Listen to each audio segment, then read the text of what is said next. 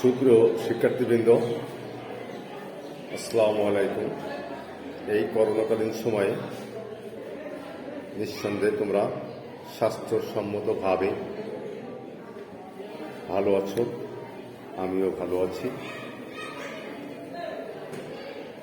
আমি আজ তোমাদের অষ্টম শ্রেণীর বাংলা প্রথম পত্র থেকে আলোচনা করব। নিশ্চয়ই তোমরা জানো, সভ্যতার আবির্ভাবের পর যখন শুরু হয়েছিল আমাদের এই পৃথিবীতে, মানুষ বিভিন্ন সময় বিভিন্নভাবে এক একটা অবস্থানে সৃষ্টিকর্তাকে গুণকীর্তন করে থাকে। এই সভ্য সমাজে মানুষ তার ক্রিয়াকলাপের ভিতরে চলতে থাকে, সৃষ্টিকর্তাকে আরাধনা করতে থাকে বিভিন্ন উপায়ে, বিভিন্ন মাধ্যমে। তাহলে আমরা এই বিভিন্নভাবে বিভিন্ন পদ্ধতিতে আমরা যারা আছি, সাধারণত আমরা একটা ধর্মাবলম্বীর উপরে, বিশ্বাসের উপরে আমরা আমাদের জীবনের ক্রিয়াকর্ম পরিচালিত হয়ে থাকে। তা সুপ্রিয় দর্শক ছাত্রছাত্রীবৃন্দ, আমাদের এই ধর্ম, ইসলাম, সনাতন, বৌদ্ধ, খ্রিস্টান, তদুপরি আর একটা জায়গা আমাদের কাজ করে, সেটা হলো আমাদের মানব।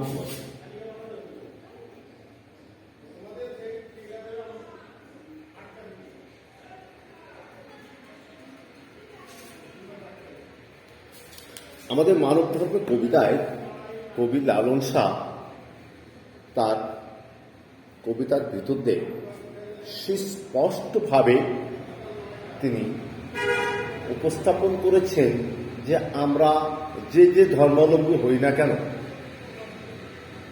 আমাদের সেই মানুষগুলো কিছু ধর্ম থাকা উচিত। এটা হচ্ছে মূলত মানব ধর্ম। মানুষের জাত পরিচয়, বংশ, গোত্র এ দিয়ে আসলে ভালো কিছু আশা করা যায় না, যদি তার কর্মটা বাস্তবতার আলোকে, বাস্তবতার নিরিখে ভালো না হয়। যেমন লালন শাহ তার কবিতার ভিতর দিয়ে তিনি বলেছেন যে জল যদি একটা গ্লাসে রাখা হয়, আমরা সাধারণত বলি গ্লাসের জল। যদি পুকুরে থাকে তাহলে আমরা বলি পুকুরের জল। আসলে বাস্তবতা কি? একই জল বা একই পানি। তা সুপ্রিয় শিক্ষার্থীবৃন্দ, আমি তোমাদের সুন্দরভাবে বোঝাতে চেষ্টা করছি যে এই জল এবং পানি দুটো একই জিনিস, কিন্তু স্থানভেদ। তদ্রূপ আমরা কেউ সনাতন ধর্মাবলম্বী আছে যারা হিন্দুদের ঘরে তাদের জন্ম, এবং মুসলিমের ঘরে যাদের জন্ম তারা ইসলাম ধর্মাবলম্বী। এটা কোনো ধর্ম দৃষ্টিতে একটা ভিন্ন জিনিস। তবে মানুষ হিসেবে আমরা মানব জাতি এই একটা অবস্থানে আমরা সবাই মানুষ। তা আমরা যে ধর্মের, যে বর্ণের হই না কেন, যে গোত্র হই না কেন, আমাদের মূলত উদ্দেশ্য থাকবে যে মানব ধর্ম। এই মানব ধর্ম ব্যতীত পৃথিবীতে কোনো জাতি যে যত বড় হোক না কেন, তার সভ্যতার কোনো শিয়রে পৌঁছানো আদৌ সম্ভব বলে আমার মনে হয় না। সুপ্রিয় শিক্ষার্থীবৃন্দ, আমি তোমাদের এই কবিতার ভিতরে যে মানব জাতির যে ধর্ম দৃষ্টিকোণ থেকে ছাড়াও মানুষের আরেকটি ধর্ম আছে, মানব ধর্ম। কারণ আমরা বড় বড় গোত্রের সম্প্রদায় হতে পারি, কিন্তু এই গোত্র সম্প্রদায়ের কোনো ভালো কিছু আশা করা যেতে পারে না যদি আমরা মানুষ হিসেবে আমরা সুন্দরভাবে সেই ক্রিয়াকলাপগুলো না করি। সুপ্রিয় শিক্ষার্থীবৃন্দ, এখানে গর্তে গেলে কূপ জল বয়, একটা লাইন। তাহলে আমি তোমাদের বোঝাতে সক্ষম হলাম যে আমরা যদি এক গ্লাস পানি গ্লাসে রাখি তার গ্লাসের জল বলা হয় বা পানি বলা হয়, তদ্রূপ গর্তের ভিতর যদি কোনো পানি থাকে বা জল থাকে তাহলে আমরা তাকে কূপ জল বলি। এটা হচ্ছে অতি বাস্তব কথা। লালন এই যে জাত বলে উনি জাতকে তেমন প্রাধান্য দেননি। আসলে একটা জাতি যখন শিক্ষিত হয়, একটা জাতি যখন পৃথিবীতে আসার পর ভালো কাজ করে, সেটা তার হচ্ছে মূল প্রতিপাদ্য বিষয়। এখানে ধর্ম বর্ণ নির্বিশেষে কাউকে সেভাবে স্থান দেওয়া হয়নি। যদি সেই গোত্রের সম্প্রদায়ের লোক, যদি তার কর্ম ক্রিয়া ভালো না থাকে। হ্যাঁ, লালন শাহ কিভাবে বোঝাতে চেয়েছেন তোমরা দেখো, এখানে আছে কয়।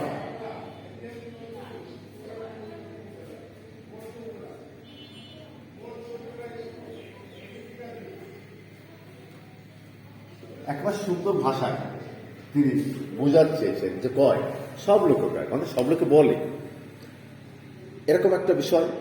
আজকে এখানে কবি বলছেন যে আসলে যাওয়া কিংবা আসার বেলায়, মানে কি আমাদের জন্ম এবং মৃত্যুর সন্ধিক্ষণে যখন আমরা পদার্পণ করি, এই যাওয়া এবং আসার বেলায় আমরা সবাই কি একই। এখানে ধর্ম বর্ণ কেউ কোনো অবস্থানে যায় না, সবাই জন্ম মৃত্যুর সময়, আমাদের জন্মের সময় প্রত্যেকে প্রতিটা ধর্মের বর্ণের সব একই ধারাবাহিকতা আমাদের জন্ম, পৃথিবীতে আবির্ভাব। তার জন্ম এবং মৃত্যুর সন্ধিক্ষণে আমরা, কবি এখানে সুন্দরভাবে উপস্থাপন করেছে।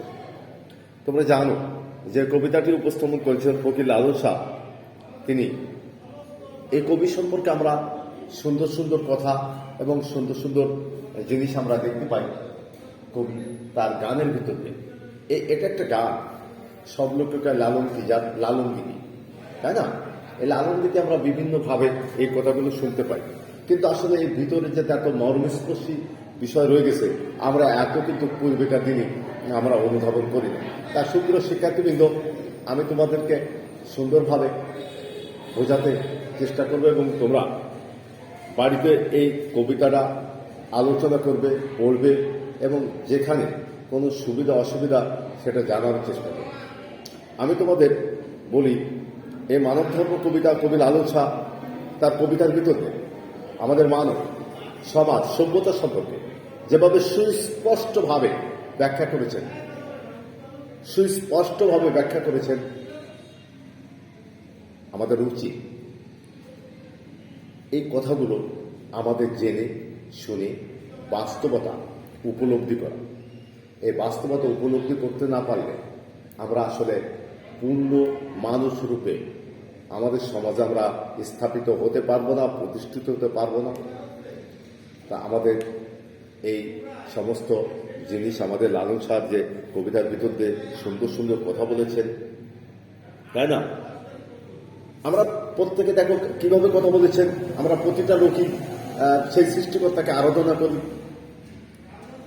এক এক উপায়, এক এক ধর্ম, এক এক বর্ণ, এক এক উপায়। কিন্তু কোনো ধর্মে কিন্তু এভাবে কোনো কথা বলা হয়নি যে কোনো ধর্মে যে যদি কেউ কারো তা আত্মসাৎ করে তাতে পাপ হবে না, এমন কোনো কথা বলা হয়নি। এক এক ধর্ম এক একভাবে সৃষ্টিকর্তাকে প্রার্থনা আরাধনা এগুলো করে, এটা এক এক ধর্মের বিষয়।